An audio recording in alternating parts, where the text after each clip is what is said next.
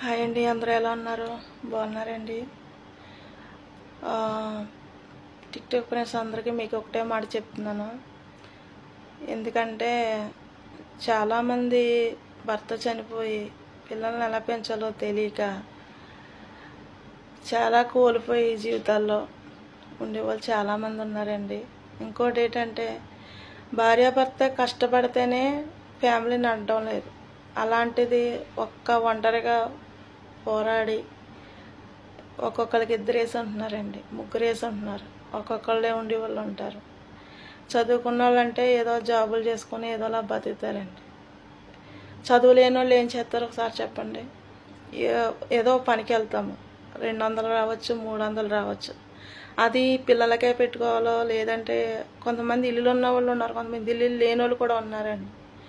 అది ఎంత దారుణంగా ఉంటున్నారంటే అంత దారుణంగా ఉంటుంది ఫ్యామిలీలో వారి కుటుంబాల్లో. కానీ ఇప్పుడు ఈ రోజులను బట్టి భార్యాభర్త కష్టపడితేనే ఫ్యామిలీ గడవడానికి చాలా కష్టమైపోతుంది. ఎన్నో స్కీములు పెడుతున్నారండి ప్రభుత్వాలు.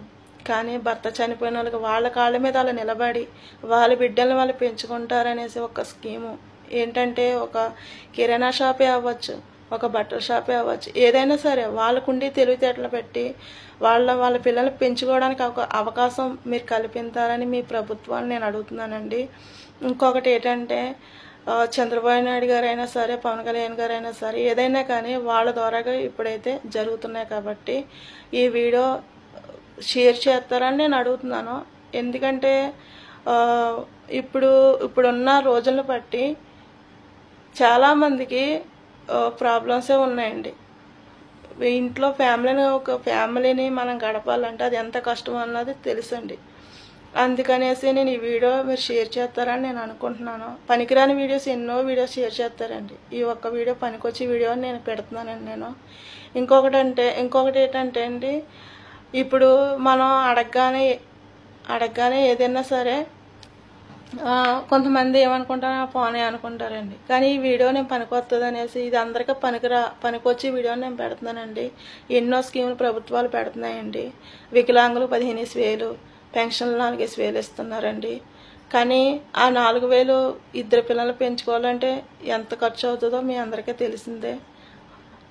కాబట్టి ఇప్పుడు భర్త చనిపోయినకి ఏదైనా సరే ఒక స్కీము వాళ్ళ కాళ్ళ మీద బతకాలి, వాళ్ళ పిల్లల్ని పెంచుకుంటారు వాళ్ళ తెలివితేటల మీద అనేసి ఏదైనా ఒక స్కీమ్ పెడతారనేసి నేను ఆశిస్తున్నాను. ఈ వీడియో షేర్ చేస్తారు. ఈ వీడియో ఎంతమందికి షేర్ అవుతుంది, షేర్ చేస్తారని నేను మనస్ఫూర్తిగా అనుకుంటున్నాను. నేను కూడా మీ ఫ్యామిలీలో ఒక ఫ్యామిలీ అనుకుని నేను పెడుతున్నానండి వీడియో.